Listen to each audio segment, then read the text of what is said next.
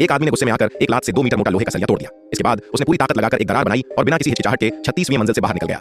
असल में वह आदमी पूरे 3 साल से एक कमरे में बंद था। 100 मीटर ऊंची इमारत को देखकर उसे थोड़ा डर लग रहा था, लेकिन बाहर निकलने के लिए उसने जोखिम उठाने का फैसला किया। वह सावधानी से 35वीं मंजिल की रेलिंग पर चढ़ा। हर बार वह पहले अपने दोनों हाथों से रेलिंग पकड़ता, फिर धीरे धीरे पैर नीचे रखने की कोशिश करता। सबसे मुश्किल काम था 2 मंजिलों के बीच की दीवारों पर चढ़ना। चिकनी सतह पर पैर रखने की कोई जगह नहीं थी। उसने केवल अपनी अद्भुत ताकत के बल पर धीरे धीरे नीचे उतरना शुरू किया। लगातार 2 घंटे की मेहनत के बाद वह किसी चमत्कार की तरह 28वीं मंजिल तक पहुंच गया।